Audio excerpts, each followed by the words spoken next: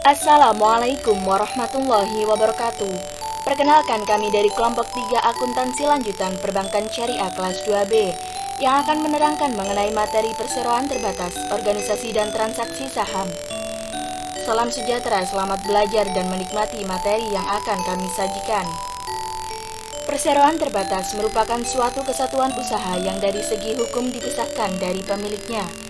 Selain itu, bentuk perseroan memungkinkan untuk mendapatkan modal dari banyak orang. Setiap orang yang menyetor menjadi pemilik dari perseroan tersebut. Dengan kata lain, yang menjalankan perseroan adalah orang-orang yang diangkat langsung oleh sang pemilik. Untuk mendapatkan modal, perseroan terbatas menerima setoran dari sang pemilik. Sebagai bukti setoran dikeluarkan tanda bukti pemilikan yang berbentuk saham yang diserahkan kepada pihak-pihak yang menyetor modal. Pemilik perseroan terbatas merupakan kumpulan pihak-pihak yang mempunyai saham, sehingga disebut pemegang saham. Saham yang dikeluarkan oleh perseroan terbatas dapat dicantumkan nama pemiliknya, atau juga dapat tidak dicantumkan nama pemiliknya. Hal tersebut biasa disebut sebagai saham atas nama, sedangkan hak dari pemegang saham adalah sebagai berikut. Di antaranya, yang pertama ialah hak untuk berpartisipasi dalam menentukan arah dan tujuan perusahaan. Yang kedua, hak untuk memperoleh laba dari perusahaan dalam bentuk dividen yang dibagi oleh perusahaan. Yang ketiga, hak untuk membeli saham baru yang dikeluarkan perusahaan, agar proporsi pemilikan saham masing-masing pemegang saham dapat tidak berubah. Yang keempat, hak untuk menerima pembagian aktiva perusahaan dalam hal perusahaan dilikuidasi. Pembahasan selanjutnya mengenai unsur utama modal pemilik perseroan terbatas. Di antaranya adalah modal disetor, modal yang berasal dari setoran atau transaksi dengan sang pemilik. Modal saham, dan arti nilai nominal atau nilai yang dinyatakan untuk saham biasa dan saham prioritas yang beredar. Tambahan modal disetor. Tambahan itu sendiri meliputi agio saham, hasil dari transaksi saham treasury, dan sebagainya. Pembahasan selanjutnya mengenai jenis perseroan terbatas. Jenis-jenis itu dibagi menjadi 3. Yang pertama ialah perseroan terbatas tertutup. Yang mencirikan dari PT tertutup adalah para pemegang saham berasal hanya dari kalangan orang-orang tertentu, bisa dari keluarga atau kerabat dekat. Yang kedua, perseroan terbatas publik, yang sesuai pasal ayat 8, pasal 1 Undang-Undang PT menyebutkan bahwa perseroan publik adalah jenis perseroan yang telah memenuhi kriteria jumlah pemegang saham dan modal disetor sesuai dengan ketentuan peraturannya. Yang ketiga, perseroan terbatas terbuka.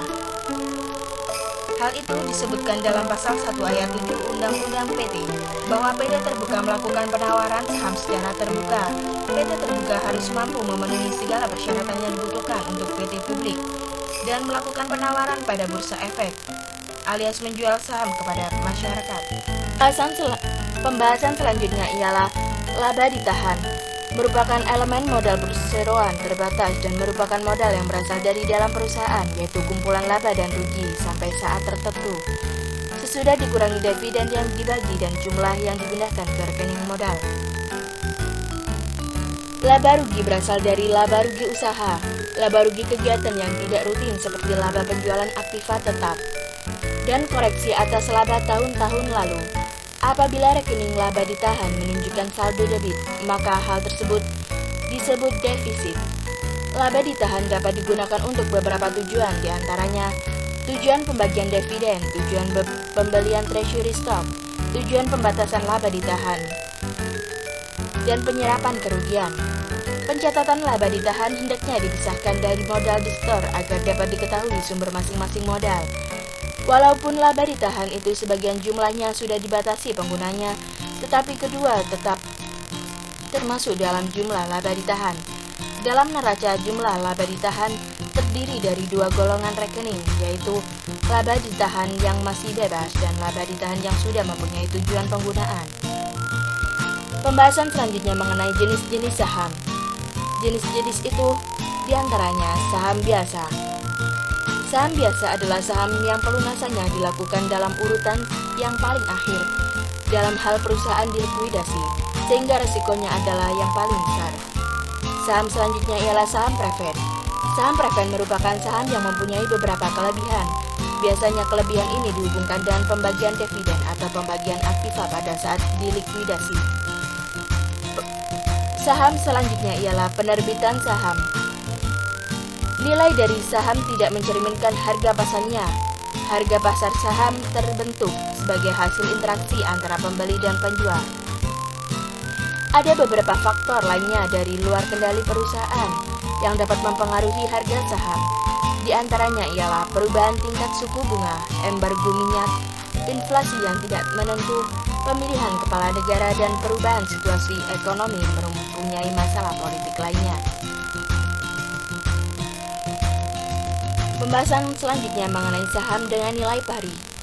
Ada beberapa alternatif dalam penerbitan saham dengan nilai pari, di antaranya yaitu: yang pertama, saham diterbitkan sama dengan nilai pari. Yang kedua, saham diterbitkan di atas nilai pari. Yang ketiga, saham diterbitkan di bawah nilai pari. Di sini kami akan memberitahu contoh dari saham pembuatan jurnal. Dengan contoh dari PT Gialani menjual 1000 lembar saham yang biasa memiliki nilai pari 1000 per lembar. Dengan harga sama dengan nilai parinya, jurnal tersebut akan ditulis sebagai berikut, yang di dalamnya terdapat kas dan saham biasa, dan diasumsikan menjadi nominal-nominal di bawah ini. Bisa kita lihat sendiri agar kita bisa lancar. Diharapkan kita juga dapat berlatih dan mengasumsikan dalam soal-soal sebelumnya. Bisa kita lihat pembuatan jurnal di depan kita ini bisa dipahami dan bisa dimengerti. Di dalamnya terdapat kas, tambahan modal disetor, dan nominal-nominal yang telah ditentukan. Pembahasan selanjutnya yaitu mengenai saham tanpa nilai pari. Contohnya, jika saham tanpa nilai pari diterbitkan, maka berapapun harga jualnya, jurnal akan terlihat sebagai berikut. Terdapat kas, saham biasa, dan tanpa nilai pari. Ada kalanya saham tanpa nilai pari memiliki nilai yang diterbitkan atau ditetapkan. Maksudnya, saham tersebut tidak boleh dijual di bawah nilai yang ditetapkan. Berikut ialah contoh dari penerbitan saham nilai pari atau tanpa nilai pari. Bisa kita lihat sendiri, dan misalkan 1000 lembar saham dan biasa dan nilai yang ditetapkan 1.500 per lembar diterbitkan dengan harga 2.000, maka jurnal penerbitannya adalah sebagai berikut. Terdapat kas, saham biasa, dan modal disetor dengan nilai yang ditetapkan. Dalam mengasumsikan soal di atas, bisa kita lihat gambar di samping ini. Ada penjelasan dan bisa dimengerti. Penjelasan selanjutnya kita akan membahas mengenai saham yang diterbitkan dengan sekuritas lainnya atau lump sum sales. Yang menjadi masalah pada lump sum sales adalah dalam hal menentukan harga jual masing-masing jenis surat berharga. Saham diterbitkan untuk aktiva selain kas. Ada kalanya perusahaan menerbitkan saham untuk materi atau aktiva selain kas. Hal ini bisa terjadi pada perusahaan yang baru dalam rangka membuat cash flow yang baik, untuk membayar biaya promosi dan untuk membayar land, equipment, dan non-cash asset lainnya. Selanjutnya kita akan membahas mengenai saham treasury. Saham yang diperoleh kembali, treasury stock, adalah saham pemilik perusahaan yang telah diterbitkan dalam hal peredaran saham, kemudian dibeli kembali oleh perusahaan. Perusahaan dapat membeli kembali saham miliknya dengan berbagai alasan, diantaranya bisa kita lihat poin-poin 1-5 berikut ini. Selanjutnya ialah terdapat dua metode yang sering digunakan untuk mencatat pembelian dan penjualan kembali treasury stock. Metode yang pertama ialah metode biaya perolehan atau harga pokok. Dengan metode ini, saham yang diperoleh kembali akan didebat sebesar harga yang dibayar untuk mendapatkan saham tersebut. Pembalian treasury stock akan mengurangi modal pemegang saham. Ketika treasury stock dijual kembali, akun saham yang diperoleh kembali akan dikredit sebesar harga pokoknya, dan selisih antara harga pokok dengan harga jual yang akan didebat atau dikredit dengan akun modal disetor dari saham yang diperoleh kembali. Akun tersebut akan dilaporkan di neraca modal pemegang saham sebagai tambahan modal disetor. Contoh berikut ini ialah contoh untuk lebih mempermudah penjelasan di atas atau soal-soal sebelumnya dapat diilustrasikan seperti saat ini, yaitu terdapat pada saat dibeli kembali. Di dalamnya terdapat saham treasury dicatat sebesar biaya perolehannya dan saham treasury dan kas yang sesuai dengan nominal-nominal yang telah ditentukan. Berikut ialah contoh-contoh yang bisa kita lihat pada saat dijual kembali.